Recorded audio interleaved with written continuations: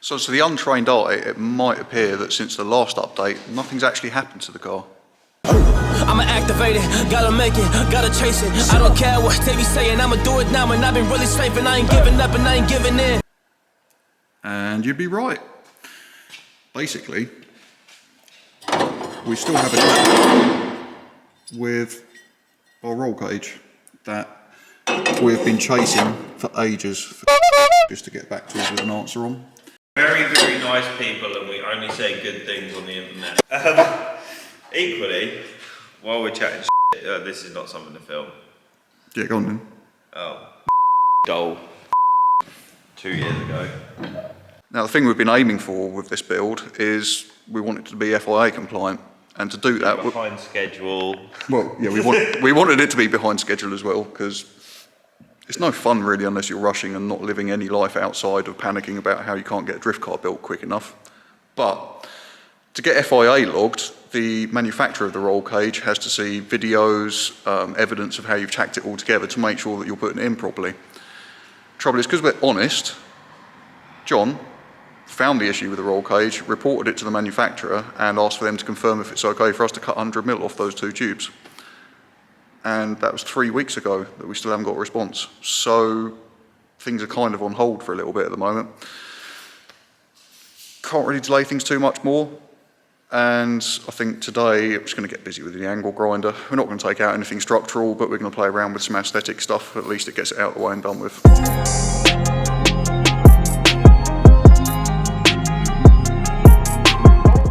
Something that had been done a little while ago is when we took the front wings off, you see this chassis rail. I'll cut in another clip here on the other side to show you what it's like originally. But to make sure we've got as much wheel clearance as we can back to the bulkhead, with what's not chassis rail, what am I talking about? Literally don't listen to me. This rail we've cut back. We think we might take it back at an angle, but what I'm going to do first is start trimming out the actual metal wings ready for the over fenders to go on.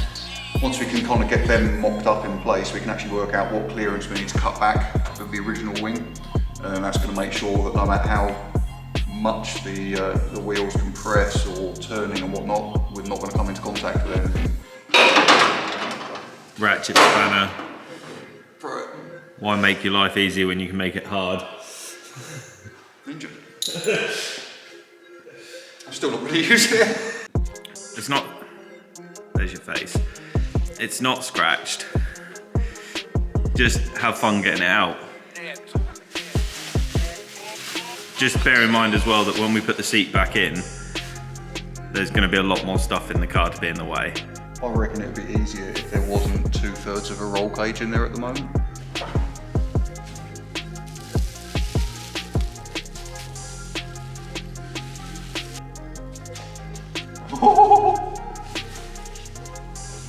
Well done. Thank you. Milwaukee, you've done a winner.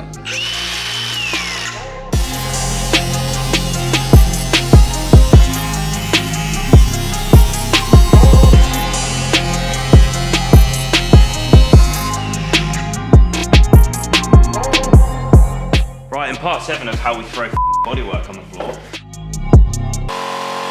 That guy.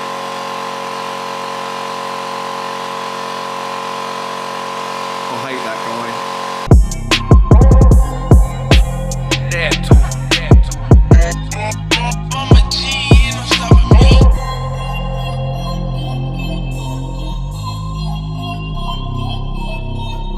So we have our first hole. Kind of scared, but there's not really any going back now. So with our knockoff Bodykit mould that we then made. Oh, I mean, genuine Pandem mould. Genuine JDM V3 kit. Mould that I picked up from Ilford earlier in the year. It's actually fitting. I've got that where I think is right. Does that fit anywhere close to your end? Pretty close. We might have to like trim a little bit. I mean, it's not actually moving a lot, is it? Right. No, that's nice. But we'll fit some body kit and that'll make him happy. Nothing. Happier. Happy is a strong term. For the most miserable Face of the planet. Basically, we're about to now go to the point of no return and drill. Like, if life was a thesaurus, I'm literally still reading Colin the Caterpillar. What? Is that a book? No, it's a cake. Is Colin the Caterpillar a cake? Well, Colin the Caterpillar is a cake. Is it also a book? Answers below. Was Colin the Caterpillar a book? I think it was. No, it was Hungry Cat. What?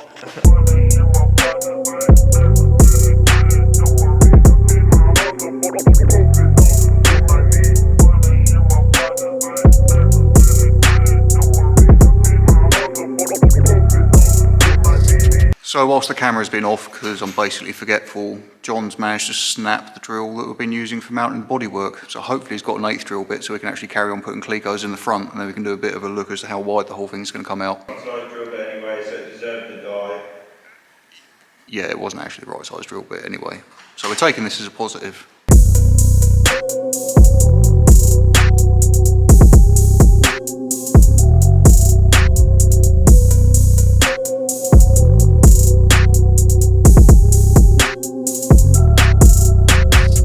Anyway, whilst John's telling us about his socks, today is the day that it's colder than yesterday.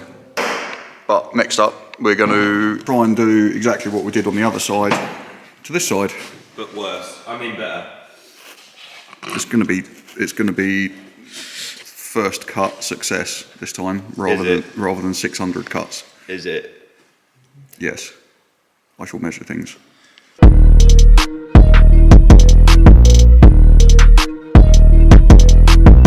Great success.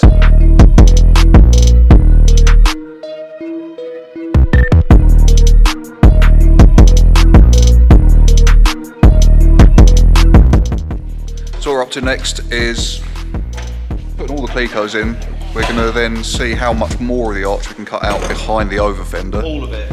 Well, yeah, as much as we can basically, get all the clearance. But once we've taken that off, once I've cut that, we'll then take the wing off. There's a little bit more to do to the kind of where the side skirt sits, get that fettled, and then we can final fit the side skirts as well. And we should basically be there with the body kit, which is kind of disturbing because body kits don't normally work.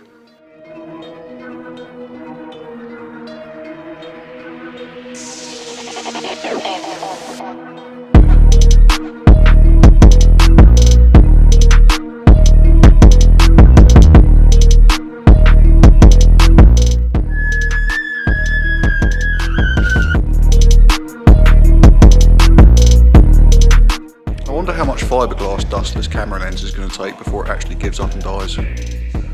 Probably some more.